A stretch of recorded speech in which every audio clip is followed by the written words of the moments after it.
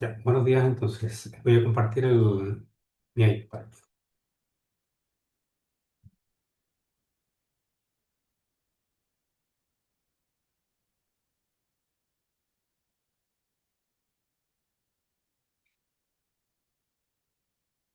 Sí, soy Isabel ahí, ¿no? Me responden por el chat. Sí, profe, se ve. Ya. Ya, entonces la idea de esta clase es, o sea, voy a hacer clases del orden de una hora, nada más, ¿ya? Porque voy a intentar avanzar un poco más rápido por el tema de que esta puntilla se los entregué. Este sigue siendo el tópico 6, ¿ya? Pero aquí lo puse el tópico 6b. Y la idea de esto es buscar aplicaciones de la ecuación de Schrödinger, eh, en particular para problemas unidimensionales. Y los problemas que vamos a tratar aquí, que se conocen típicamente, son dispersión en una dimensión, o cuando ustedes lo miran en los libros es scattering, es un problema de scattering. Entonces, la idea de esto es esencialmente, está ilustrado en esta figura que pongo aquí, ¿ya? De hecho, a ver si me dan los segundos. Ya. Esta, esta parte del, del tópico lo pueden sacar de este libro. Fíjense, hay un libro acá que es, el autor es John Howson.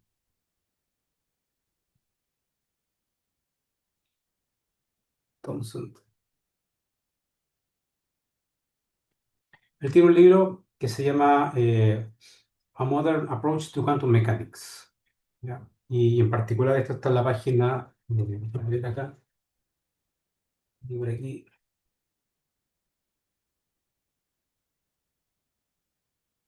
de scattering.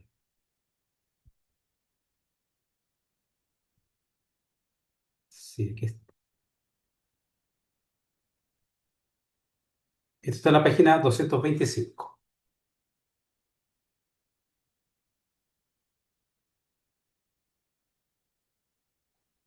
¿ya? La idea de esta parte entonces es lo siguiente. Eh, Vamos a considerar, generalmente lo que se considera aquí es que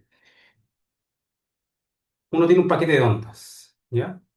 Así como hemos visto en clases antes, una partícula libre no la puedo escribir como una onda plana, simplemente, sino que tengo que tener un paquete de ondas, es decir, una suma de ondas planas, que están con un cierto peso estadístico.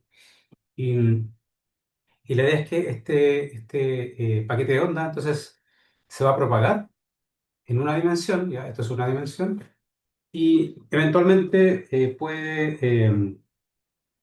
ese paquete de ondas se puede ver enfrentado a un cierto potencial, ¿ya? Eh, la forma de este potencial es bien diversa.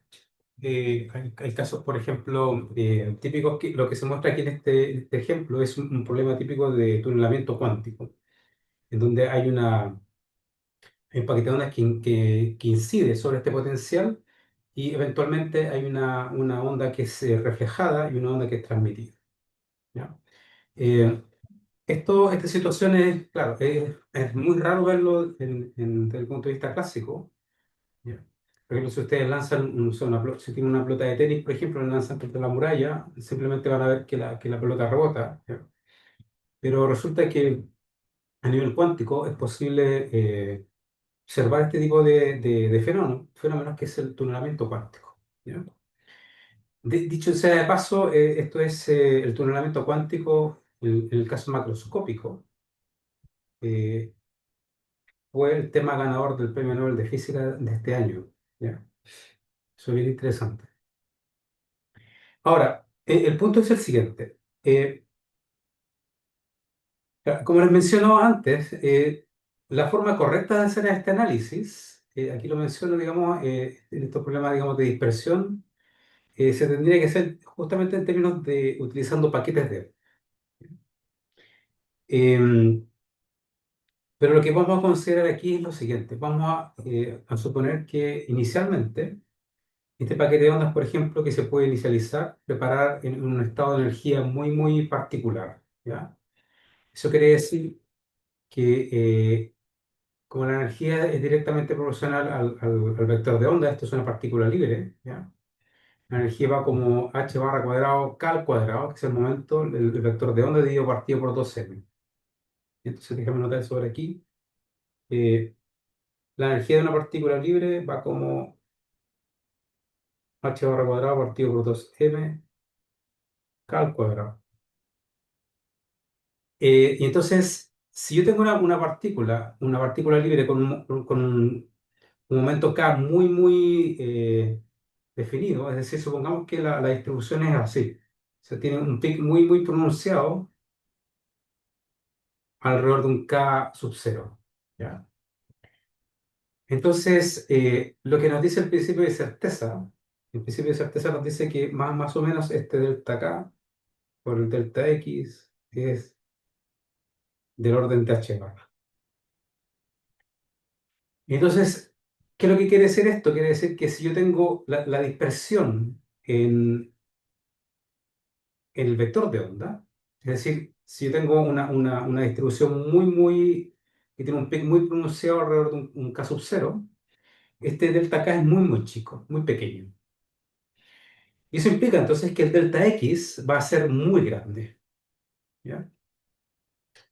Entonces, para buenas cuentas, es como, digamos, si uno quisiera comparar la extensión del paquete de onda en comparación con la extensión de este potencial, uno podría pensar más o menos digamos, el paquete de onda está bien distribuido, muy, muy distribuido alrededor del potencial y eventualmente uno lo podría tratar como si fuese una única onda plana. Eso es lo que está aquí argumentado en este párrafo, esencialmente. ¿Ya? Eh, ¿Por qué quiero decir eso? Porque para hacer el tratamiento de estos problemas de scattering, lo que vamos a ver acá es que vamos a tratar el problema como si fuera un paquete de onda, digamos, como si fuese una onda plana simplemente. ¿Ya? Esa onda plana, como ya hemos visto, no es un buen candidato para poder describir una partícula libre. ¿Ya? Tenemos que hacerlo a través de paquete de ondas, pero en esta versión simplificada, bajo esta aproximación, suponiendo que la extensión del paquete de onda es muy, muy amplio en comparación con la extensión o el rango de acción que tiene este potencial. Entonces, eventualmente yo puedo decir, lo voy a tratar como si fuera una sola onda plana. ¿Ya? Eso es una aproximación, simplemente, pero que nos permite simplificar bastante los cálculos que vienen de aquí en adelante. ¿Ya? Entonces, tengan en cuenta, digamos, esa aproximación. Ahora, cómo se hace este análisis de scattering? Lo que nos interesa esencialmente es determinar las probabilidades de que una partícula cuántica sea transmitida o reflejada típicamente. Eso es lo que, digamos, lo que nos va a interesar. ¿Ya? Y entonces, para dar una descripción correcta de cálculos de coeficientes de transmisión, coeficientes de reflexión, por ejemplo, eh, lo que es importante es tener en cuenta o considerar la definición de lo que vamos a denominar aquí la corriente de probabilidad. Y para determinar esa corriente de probabilidad, lo que nos va a interesar primero es, vamos a considerar esta densidad de probabilidad. ¿Ya? Recordemos que esa densidad de probabilidad es el módulo al cuadrado de la función de onda. Y de acuerdo a la interpretación de Max Born de la función de onda, Max Born nos dice que el módulo cuadrado de la función de onda nos dice una interpretación acerca de la densidad de probabilidad, es decir, probabilidad por unidad de longitud en este caso. Y como vamos a estar trabajando en problemas unidimensionales, esto es una probabilidad por unidad de longitud. ¿Ya? Ahora, ¿cuál es el punto de partida? Vamos a tomar esta densidad de probabilidad que ya conocemos y vamos a calcular la derivada con respecto al tiempo. Recordemos que en general la función de onda, para estos problemas, la función de onda siempre va a ser una función tanto de la posición como del tiempo. ¿Ya? Y por lo tanto, eso implica que la densidad de probabilidad también es una función de la posición del tiempo. ¿Ya? Entonces, por eso que aquí voy a calcular esta derivada con respecto, una derivada parcial con respecto al tiempo de la densidad de probabilidad. Entonces, ¿qué implica esto? Esto implica que voy a tener que tomar una derivada con respecto al tiempo de la función de onda conjugada por la función de onda, más la función de onda conjugada por la derivada parcial respecto al tiempo de la función de onda. O sea, aquí simplemente estamos aplicando la regla, digamos, de la cadena de la derivada.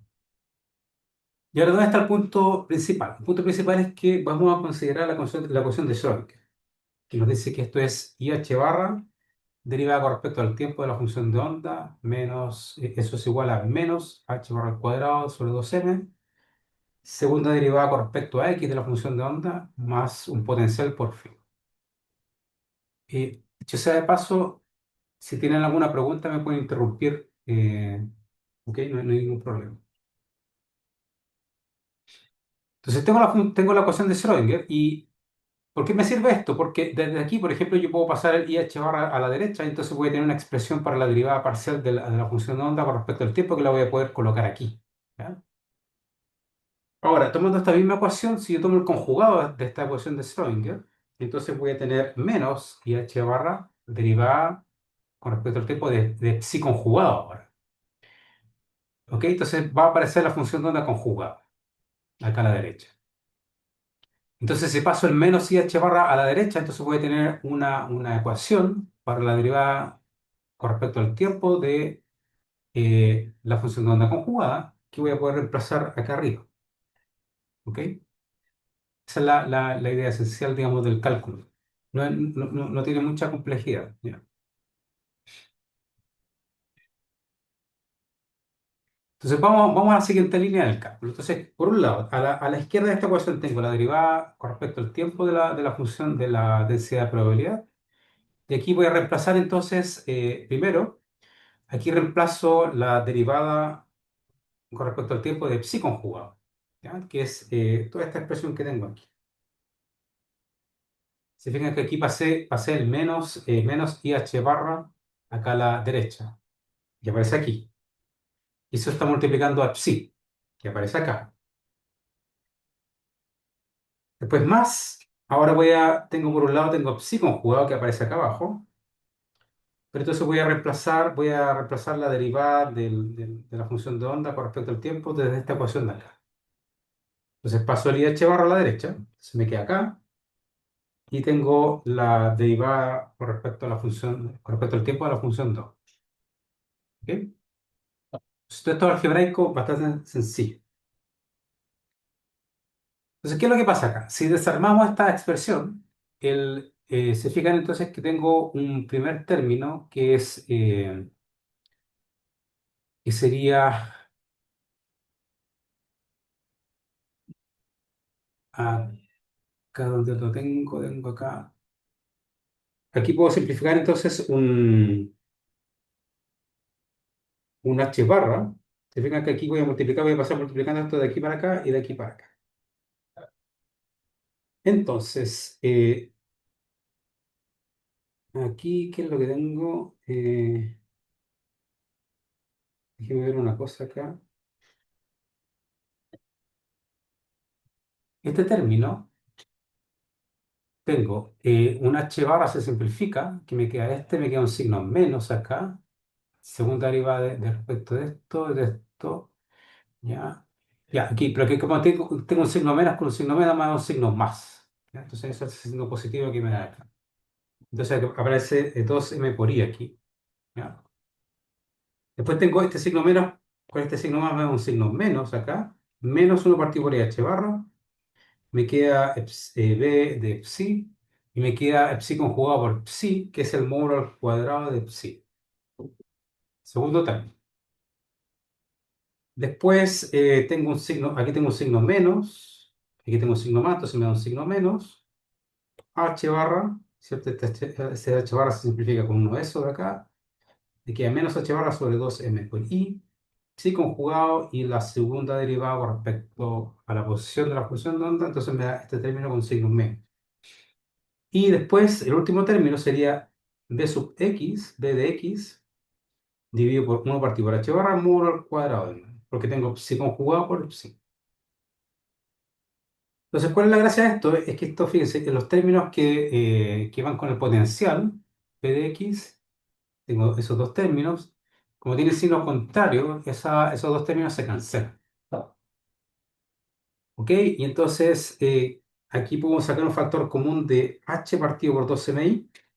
Entonces tengo el primer término, sería la segunda derivada con respecto a x de psi conjugado por psi, menos entonces psi conjugado segunda derivada de psi. Y esto yo lo puedo escribir de la siguiente forma. Fíjense, esto yo lo puedo escribir, puedo tomar si yo tomo la derivada con respecto a x de toda esta cantidad que tengo acá, ¿ya? Entonces, si se fijan, si yo hago la derivada, voy a tener la segunda derivada con respecto a x de psi conjugado por psi, que me va a dar este término, ¿cierto? Después tendría derivada de psi conjugado por derivada de psi, ¿ya? Eso es un término adicional. Pero cuando tome la derivada con respecto a x de este término, me va a dar derivada de psi conjugado por la derivada de psi.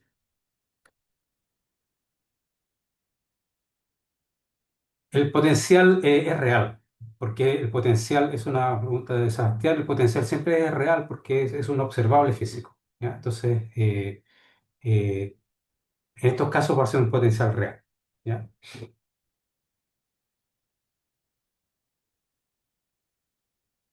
Además, eso está contenido dentro del Hamiltoniano. El Hamiltoniano es un operador hermítico, ¿ya? Por eso, digamos, lo vamos a considerar que es real.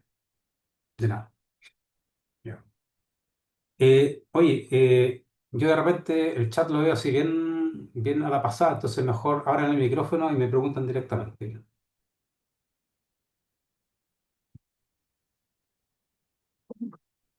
Ok, entonces estamos acá. Cuando tome la derivada con respecto a x de este segundo término, voy a tener la derivada de psi conjugado por la derivada de psi de x, pero ese término se va a cancelar con la derivada de psi conjugado por el de psi de x. Entonces el último término que va a aparecer entonces va a ser psi conjugado por la segunda derivada de psi, que es esto de acá. O sea, aquí tenemos esa igualdad. Pero aquí es donde yo voy a definir lo siguiente. Voy a definir la corriente de probabilidad, j de x, como eh,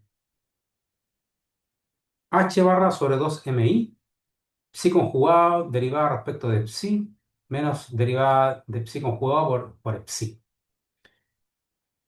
Entonces voy a tomar, es como sacar, como si yo de esta cantidad sacara un signo menos acá. Entonces me queda esto positivo y esto negativo. Entonces, ¿qué es lo que tengo acá?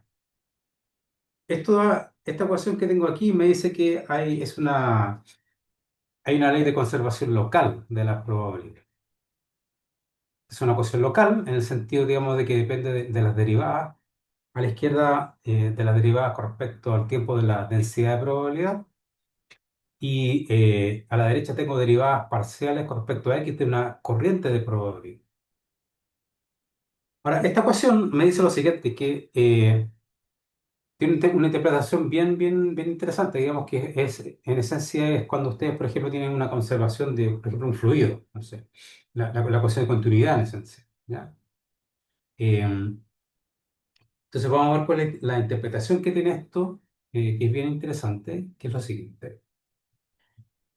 Supongamos que yo integro la ecuación de continuidad que acabo de encontrar, ¿ya? Si la integro, vamos a tomar un intervalo A, B, ¿ya? Entonces voy a tomar una región aquí, una región física A, B, entonces voy a integrar. A la izquierda de esta ecuación la voy a integrar con respecto a X en el intervalo A, B. Y a la derecha, entonces voy a integrar, y esto es igual ¿se fijan? Lo puedo reescribir de esta forma.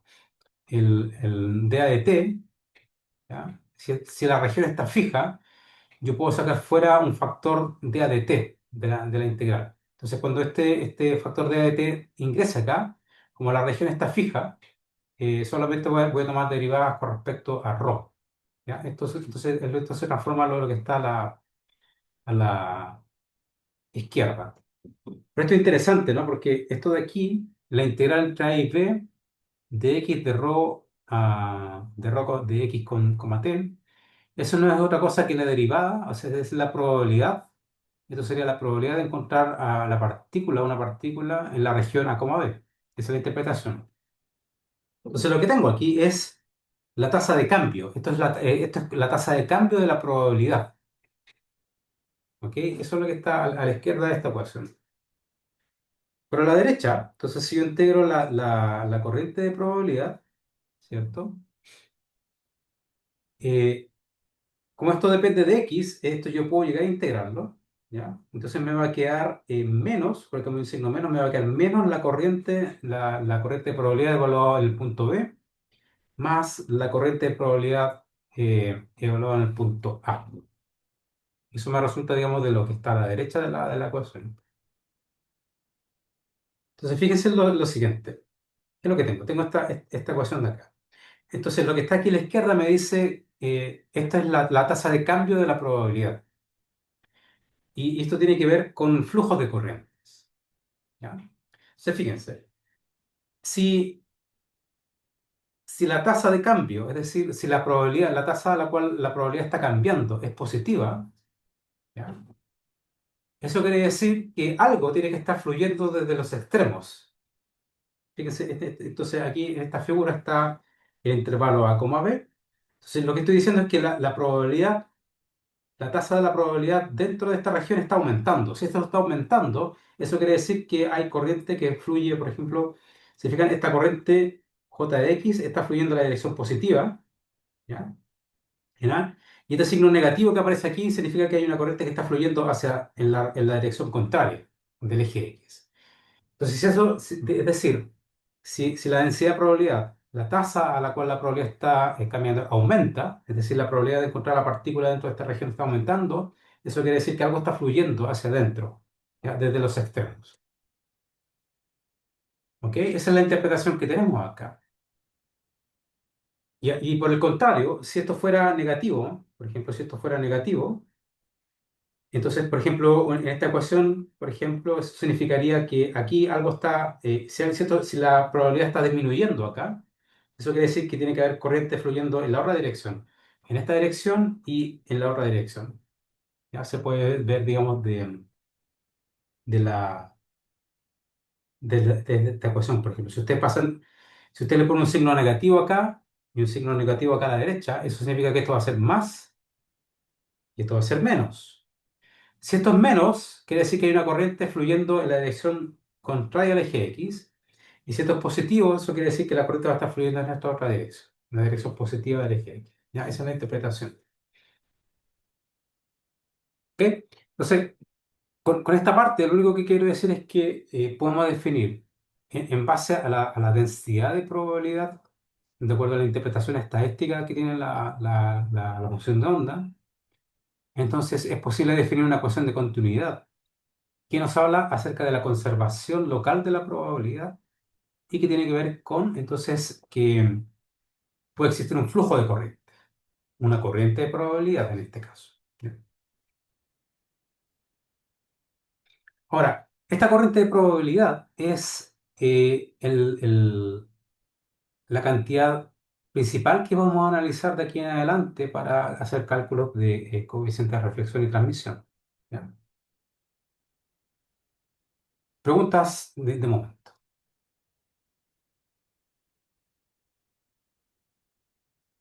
No veo nada en el chat, así que Profe, sí, Benjamín. entonces si yo tengo esa tasa de cambio de la probabilidad mayor a cero, significa que la corriente de probabilidad fluye Hacia hacia... adentro de la región, hacia el interior de la región. Que la corriente fluye hacia adentro significa que es más probable que en algún punto medio entre la región A y B tenga más probabilidad, ¿o qué significaría No, entonces? lo único que nos dice esta ecuación, por ejemplo, esta ecuación de aquí, si esto es positivo, ¿cierto? Esto nos dice que la probabilidad, porque esta integral, ¿cierto? La integral entre A y B de ρ es la probabilidad de encontrar la partícula dentro de esta región, ¿cierto? ¿Ok? Entonces, ¿qué nos dice esto? Que la tasa a la cual está cambiando la probabilidad está aumentando. Es decir, la probabilidad de encontrar la partícula en esta región está aumentando. Eso quiere decir que algo tiene que fluir desde la derecha y desde la izquierda. Perdón, desde la izquierda y desde la derecha. ¿Ya? Ahora, no sé si exactamente hay más probabilidad en el centro, etcétera, pero lo único que podemos decir de momento es que hay, digamos, la probabilidad de encontrar la partícula en la región, dentro de la región A como B, está aumentando. ¿Ya? Yo acá me quedo más claro. Muchas gracias, profe. ¿Ya? Y por el contrario, digamos, si esto fuese negativo, eso quiere decir que algo de corriente está saliendo, ¿no? Está saliendo hacia la izquierda y hacia la derecha. ¿Por qué? Porque la probabilidad en la región A como B está disminuyendo. Ya tiene una interpretación muy similar a lo que sería un fluido. ¿Ok? ¿Más preguntas?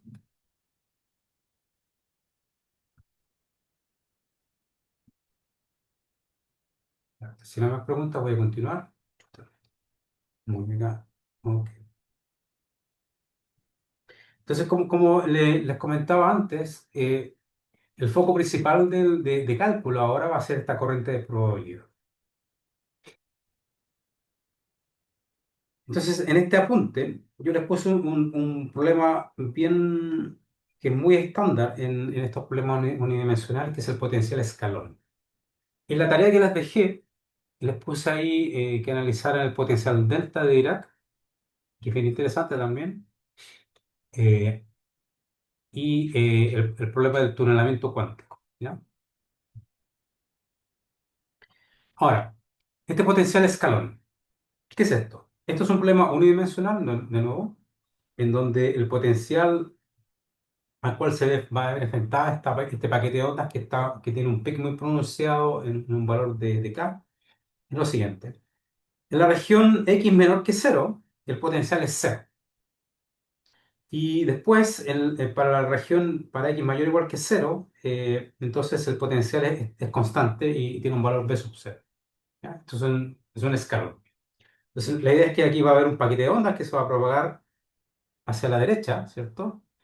Y entonces ese potencial, ese paquete de ondas, eventualmente se puede reflejar, se puede transmitir o incluso hasta se podría reflejar completamente, porque aquí en esta región, por ejemplo, dependiendo, digamos, de la energía que va a tener la partícula, el paquete de ondas, que es lo que vamos a analizar, por ejemplo, si la energía es mayor que el V sub cero, entonces la partícula va a estar por acá, la energía va a estar por acá, y aquí la partícula se puede reflejar o se puede transmitir. Pero si la energía es menor que V sub cero, ¿ya? Lo que puede ocurrir es que la partícula simplemente aquí va a decaer, la probabilidad de transmisión va a ser cero, pero la probabilidad de ser reflejada va a ser del 100%. ¿Ok? Eso es lo que tenemos que analizar ahora. Entonces, ¿cómo se analiza este problema? Esto es, en esencia, de nuevo, eh, tenemos que encontrar los estados, la solución a la ecuación de Schrödinger, que es la ecuación de Schrödinger independiente del tiempo. Entonces, si yo tengo un estado, eh, aquí me acaba de decir que tengo, no sé por qué no se me actualizó mi Zoom. La sesión se va a acabar en 10 minutos. Entonces, después volvemos a ingresar al mismo link que les envié, por favor. ¿Ya? Entonces, el estado, la función de onda con una cierta energía E, ¿ya? De X, T va a tener una solución que depende solamente de la parte espacial y solamente de la parte temporal, que es lo que ya hemos visto anteriormente. ¿Ya? Y entonces, claro, cuando si yo reemplazara, digamos, esta solución en la ecuación de Schrödinger, me va a quedar esencialmente la ecuación de Schrödinger independiente del tiempo. Entonces, desde aquí, desde esta ecuación, entonces me va a quedar, por un lado, voy a tener menos h barra al cuadrado partido por 2m, segunda derivada respecto de x, de psi de x. Eventualmente, un potencial b de x por psi de x. Y eso tiene que ser igual a la energía por psi de x. En esencia lo que estamos haciendo es resolver el problema autoestados del problema. ¿Ya? autoestado y autoenergía, el problema de autovalores. Ok, entonces, fíjense, aquí yo en el apunte noté está la región para x menor que cero, la voy a denominar la región uno y la región para x mayor o igual que cero, la voy a denominar la región 2. ¿Ya? Y, y entonces lo que tengo que encontrar, tenemos que encontrar la solución a la ecuación de Schrödinger estacionaria, es decir, esta ecuación que tengo aquí, en ambas regiones. Entonces vamos a comenzar con la solución a la región uno. Entonces, en la región uno el potencial B de x es cero. Por lo tanto, como eso es cero, entonces simplemente me queda esta ecuación simplificada que tengo acá. Y esto es en la región x menor que cero. ¿Ya? Eso se refiere con esto que está entre paréntesis, x menor que cero. Entonces, ¿qué es lo que tengo aquí? Esto es una ecuación de Helmholtz, de nuevo. Una ecuación de Helmholtz en una dimensión cuyas soluciones tienen esta forma. Esta es la solución que se plantea, ¿se fijan? Aquí estoy planteando soluciones tipo onda plana. De nuevo, el argumento para decir que tengo solución a onda plana es que estoy suponiendo que la extensión de la, digamos, de la función de onda es muy, muy, muy amplia en este caso, ¿ya? Eh, eso me va a permitir entonces hacer un análisis bastante simplificado del problema, ¿ya? Pero en rigor lo que tendríamos que hacer aquí es hacer una solución con paquetes de onda. Entonces, ¿qué significa esto? Fíjense. ¿Cuál es la interpretación de esta parte de la solución? Esto lo que vamos a decir es que esta es una onda plana, e a la i k x es una onda plana que se propaga en esta dirección, la dirección del eje x positivo. El término b con e a la menos ik por x, esto va a ser una onda que se va a propagar en esta dirección. ¿Ya? Esa es la interpretación. ¿Ok? Ahora, si ustedes hacen un cálculo de la corriente de probabilidad, es decir, vamos a calcular esta corriente de probabilidad en la región x menor que cero. Esta es simplemente la definición de la corriente de probabilidad. Tengo si la función de onda conjugada por la derivada con respecto a x de la función de onda, menos la derivada con respecto a x de la función de onda conjugada por la función de onda. Entonces, claro, eventualmente lo que tendremos que hacer es repasar esta solución acá, ¿ya? Pero como lo único que depende de la parte espacial es esta parte, y como aquí aparece conjugado y aquí no, y aquí aparece conjugado y aquí no, todas estas exponenciales se van a simplificar simplemente, se van a cancelar. Entonces, lo único que me va a interesar es tomar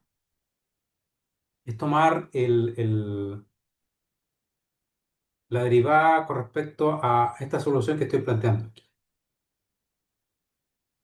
¿Ok? Bueno, el álgebra está aquí en el apunte. Lo único que hay que hacer es que tener cuidado, digamos, con tomar las derivadas con respecto a x y tomar los conjugados correspondientes. ¿Ya? Esa parte, digamos, del cálculo se la voy a dejar a ustedes para que lo repliquen. ¿Ya? Pero el resultado, en esencia, es lo que aparece acá abajo. La corriente de probabilidad en la primera región va como h barra por el vector de onda dividido por la masa de la partícula. Y aquí me queda el módulo al cuadrado de A menos el módulo al cuadrado de B. Eso es lo que aparece. ¿Ok? Esa sería la corriente de probabilidad en la región uno. O sea, depende en esencia de los módulos al cuadrado de estas amplitudes. Es decir, se fija entonces, esto sería una amplitud de probabilidad que está asociado a la onda que se propaga en la dirección positiva del eje X.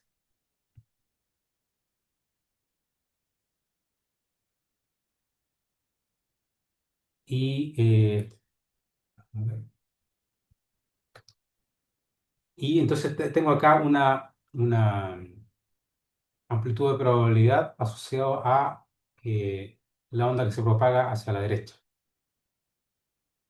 hacia la izquierda, perdón. ¿Ya? Este término de acá. Entonces, esta corriente de probabilidad va como un módulo al cuadrado de esas amplitudes de probabilidad. A menos B. A cuadrado menos B, módulo de B al cuadrado.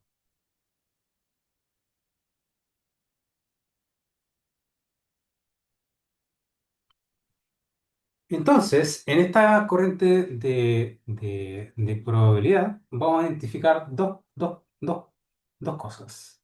Primero, vamos a definir una corriente de probabilidad incidente. La corriente de probabilidad incidente va a ser entonces esta primera parte que tiene la corriente de probabilidad, es decir, h barra por k dividido por m por el módulo al cuadrado de a. Fíjense, ¿por qué esto lo identificamos como una corriente de probabilidad incidente? Porque, como decíamos antes, eso está asociado con esta parte, digamos, de la solución que estamos planteando, ¿ya? Que tiene que ver con la onda que se propaga en la dirección positiva del eje.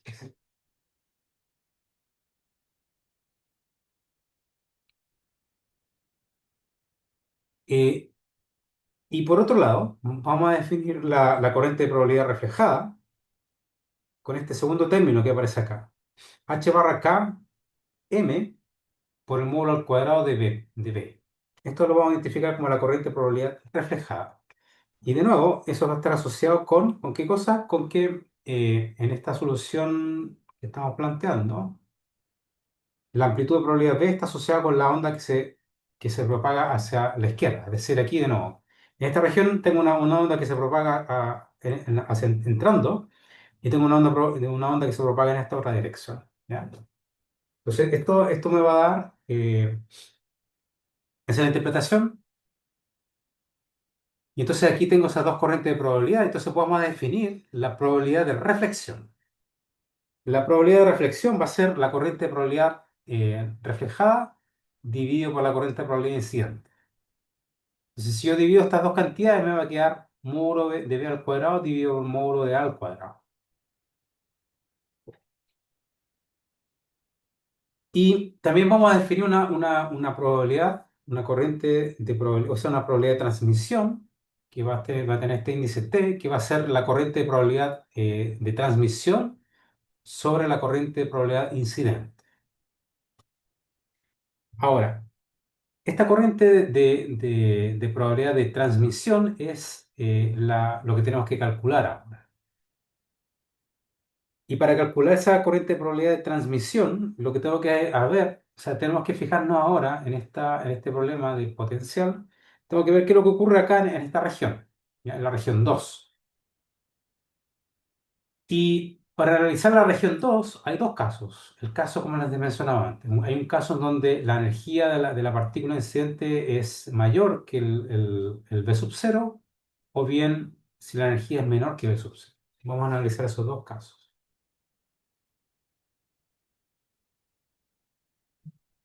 ¿Hay preguntas de momento, no?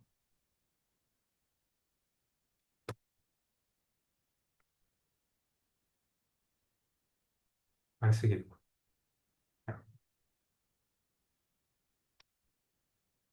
Ya, entonces,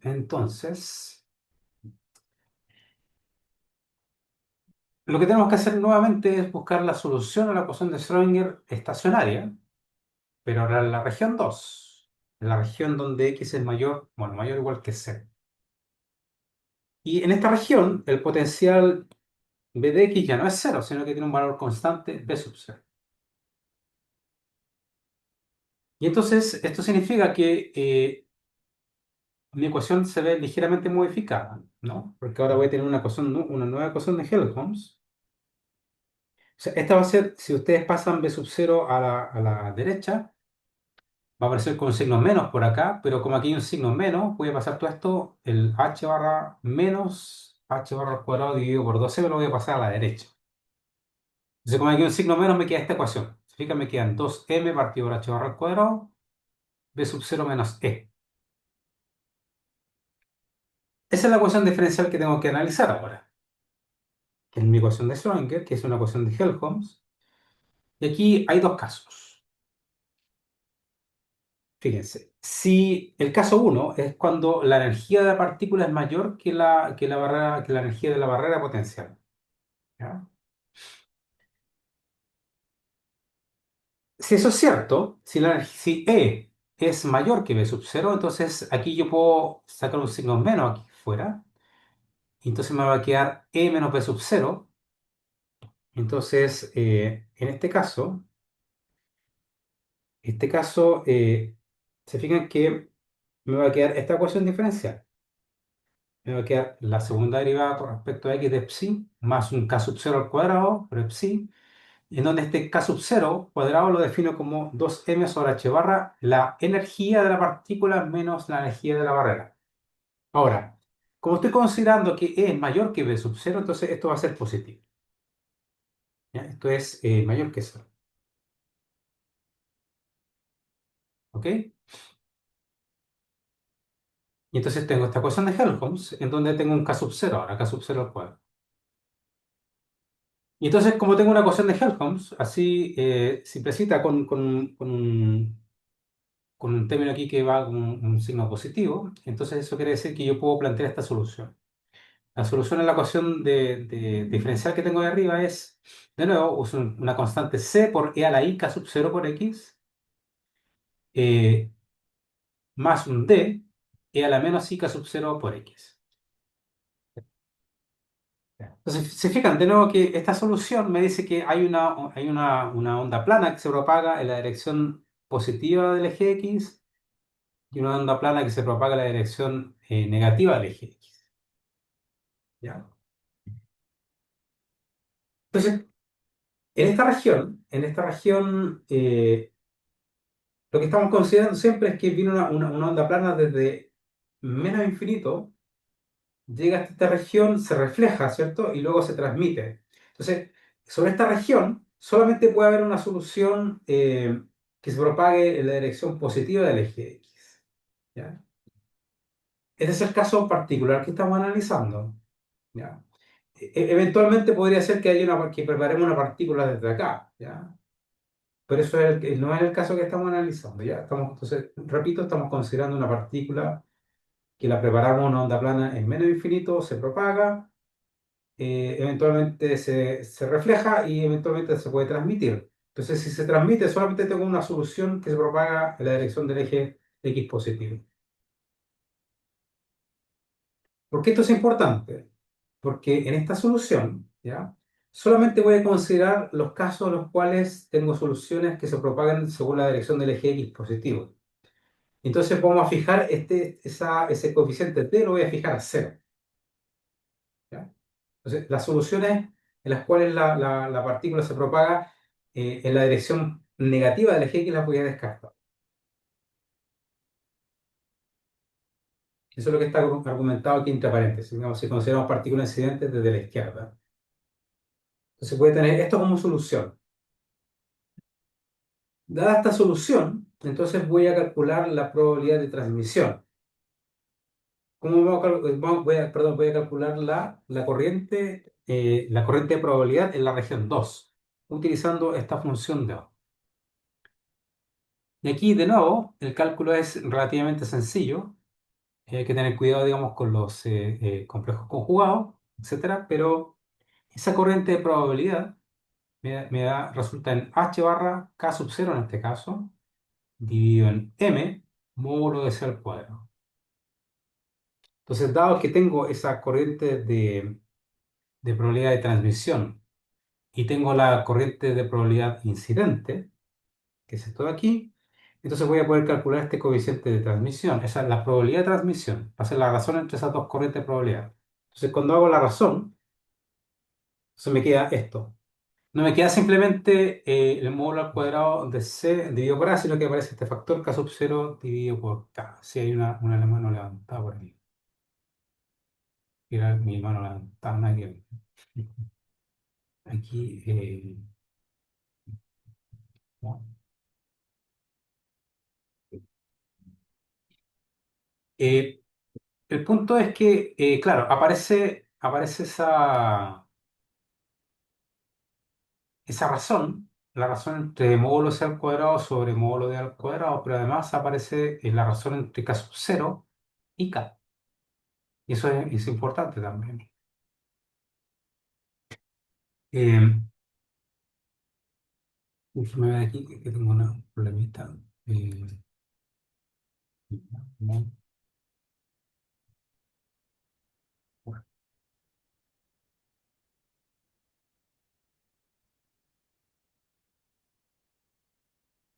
¿Hay preguntas de momento?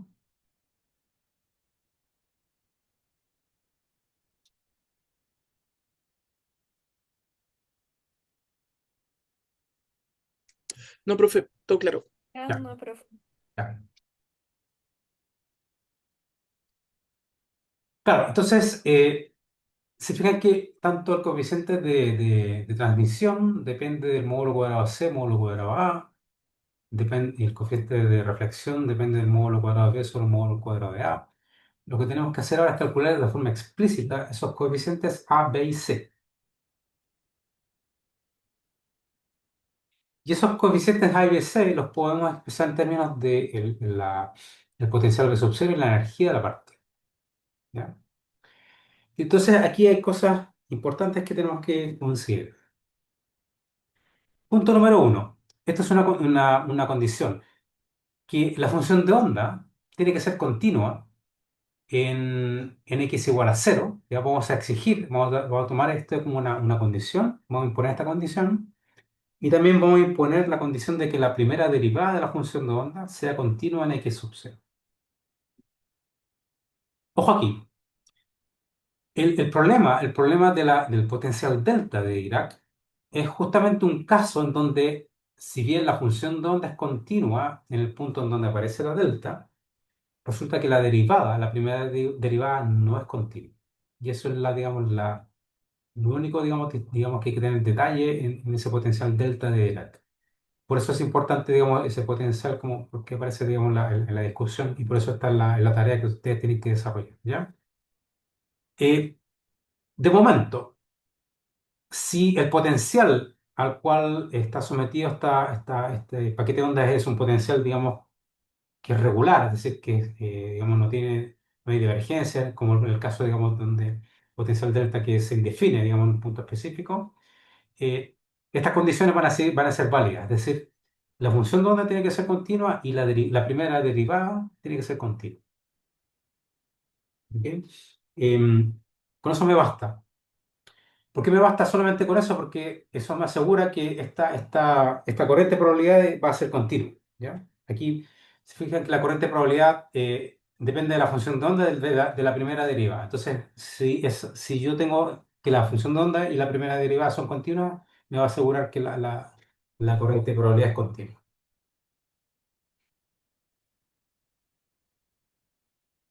Bueno, cuando ustedes imponen dadas las soluciones que tenemos, dada esta solución para la región 2 y dada esta solución para la primera región, es decir, esta de acá,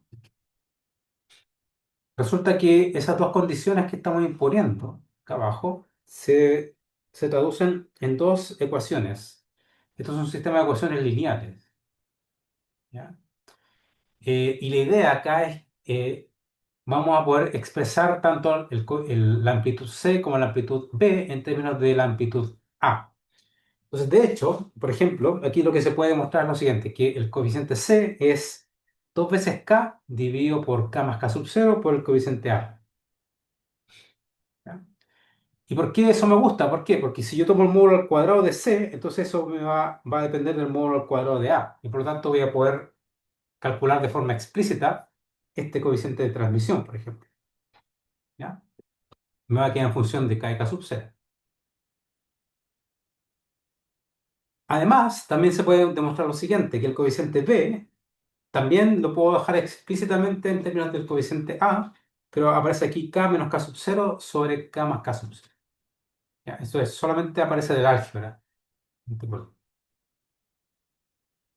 Y entonces, tengo una fórmula sencilla para el coeficiente de reflexión. Entonces, el coeficiente de reflexión sería módulo de B al cuadrado dividido por módulo de A al cuadrado. Eh, en este caso, ¿cierto? Recordemos que era este coeficiente de reflexión solamente depende, digamos, de esa razón. Aquí es donde hay una modificación importante. No es simplemente este módulo, esta razón, sino que también depende de la razón entre los vectores de onda. Es decir, el vector de onda incidente, que sigue acá, y el vector de onda transmitido, que se ve modificado por la presencia de este potencial. Entonces el coeficiente de reflexión va como k menos k sub 0 al cuadrado dividido k más k sub 0. Y el coeficiente de transmisión va como 4 veces k sub 0 por k más k más k sub 0 al cuadrado. Eso sería para el caso en que la energía de la partícula es mayor que la energía de la barrera de potencia. Y aquí hay un cálculo también interesante, que si ustedes suman el coeficiente de reflexión más el coeficiente de transmisión, hagan el álgebra, les va a dar 1. Y eso es consecuencia, digamos, de la conservación de la probabilidad. ¿Ya? Eso también se puede ver muy, muy sencillo. No hay ninguna complejidad en ese cálculo algebraico. ¿Ya? Entonces, ¿eso qué quiere decir? Que quiere decir que la probabilidad, digamos, hay una probabilidad, digamos, de que la partícula incidente se haya reflejado y una probabilidad de que se haya transmitido, pero la suma de ambas probabilidades es 1.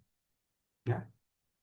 Es decir, todo es consistente con, digamos, con la interpretación estadística que tiene la probabilística que tiene la función de Austin. Ya, este es el primer caso, caso número 1. El caso número 2 también es súper interesante. El caso 2 es cuando la energía de la partícula es menor que la energía del potencial. Es decir, si ustedes nos vamos aquí al monito de nuevo, yo solo tengo una onda incidente, pero con la energía viene por acá, por abajo. Entonces vamos a ver qué pasa cuando la partícula viene con una energía menor que la energía de la barrera de potencia.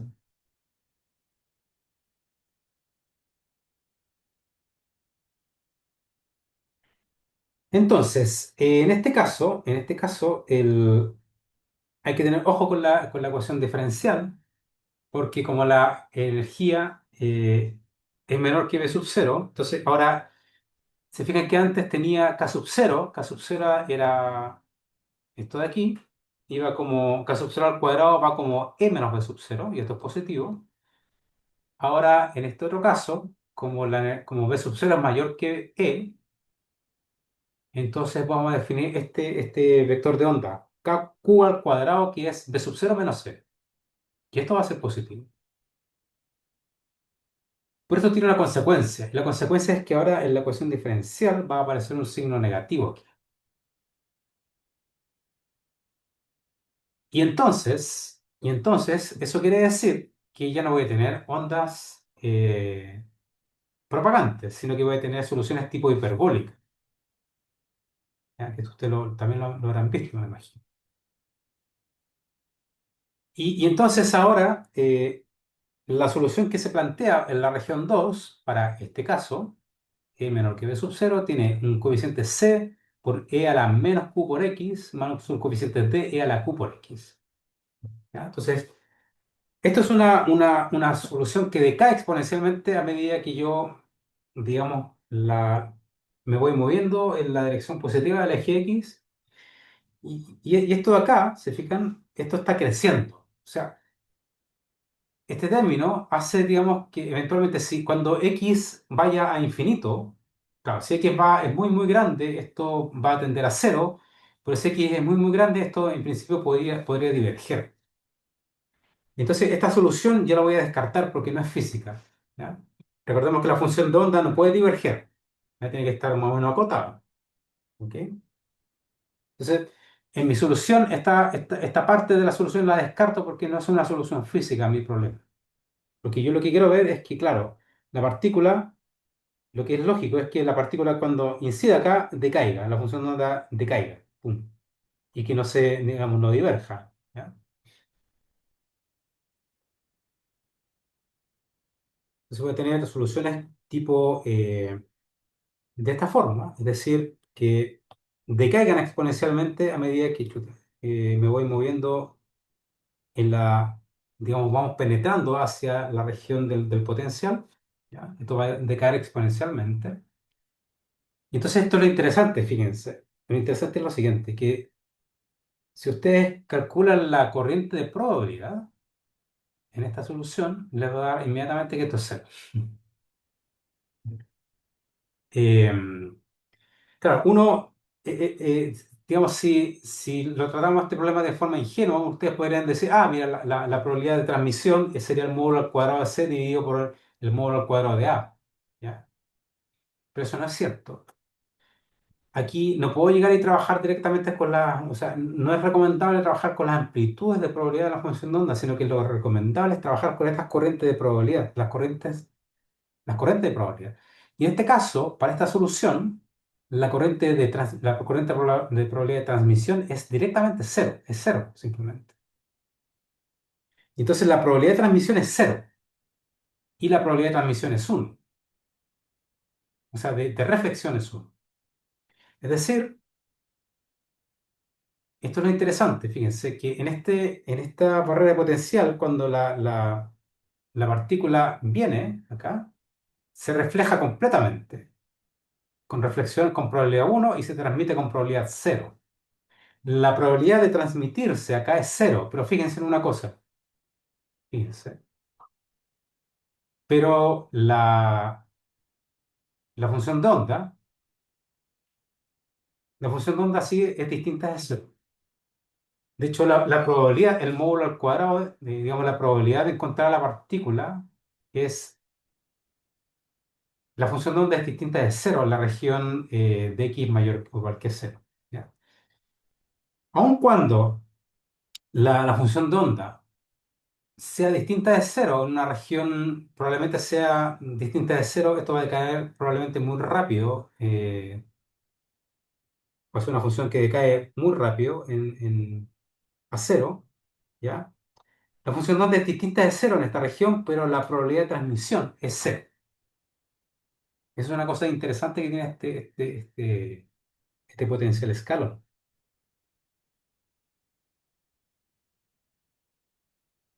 ¿Ya? Eso es lo que está, digamos, discutido aquí. Eh, de hecho, aquí, bueno, se puede calcular los coeficientes tenemos el coeficiente C.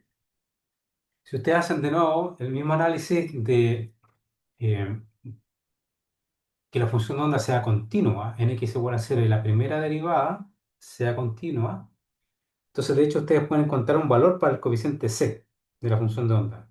Ese coeficiente c va como 2k sobre k más i por q por la amplitud a. Y entonces la función de onda dentro de la región es distinto de cero, pero la probabilidad de transmisión es cero.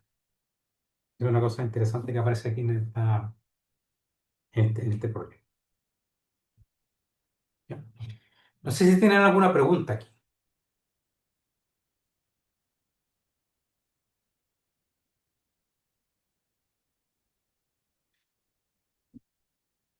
De hecho, voy a parar acá con la clase de hoy, ¿ya? Esto es solamente un ejemplo de análisis de tipo de scattering, de cálculo de probabilidad de transmisión y reflexión para un potencial relativamente sencillo. Entonces, lo que les estoy mostrando acá es que para hacer ese cálculo de probabilidad de transmisión y reflexión, no es, o sea, lo que es importante es calcular directamente esta corriente de probabilidad, ¿ya? Tanto en una región como en otra. Em, el caso que les puse en la tarea, entonces, es el potencial delta de Dirac, que como les mencioné antes, ahí hay un caso especial en donde, si bien la función de onda es continua, la primera derivada no es continua. Y aparecen dos tipos de estados, estados de scattering y estados ligados. ¿Ya? Es un problema interesante. Y ese estado ligado, la energía del estado ligado y la función de onda del estado ligado se puede calcular analíticamente. Pueden mirar la solución, de hecho, en el solucionario del Griffiths. Y el otro caso que les puse ahí en la tarea es el problema del tunelamiento cuántico. ¿Ya? Y aparece una barrera potencial y entonces eventualmente, digamos, la partícula con una energía menor que la energía de la barrera potencial, hay una región donde puede caer, pero eventualmente puede reaparecer. Digamos, hay una probabilidad de transmisión distinta de cero en ese caso. ¿Ya? Em, Así que lo voy a dejar así por hoy. Como les decía, voy a dejar grabado y más tarde les envío el link de un canal de YouTube para esta clase. y mañana vamos a continuar con, o sea, solamente voy a hacer esta discusión con respecto a problemas de scattering y mañana vamos a continuar con el oscilador armónico cuántico. ¿Ya? Así que si llegan a tener dudas de aquí a mañana, me comentan. Eso por hoy. Así que nos vemos mañana con el mismo link, ¿ya? Para la clase de Profe, mañana. profe, ¿le podría hacer una consulta de un ejercicio que, o sea, que he estado practicando y le quería hacer una consulta de una pregunta del problema 2 de la PEP 1 que nos mandó del 2023 de cuántica? ¿Puedes compartir? Sí, tengo un minuto, espérame. Voy a dejar grabado esta parte, sí.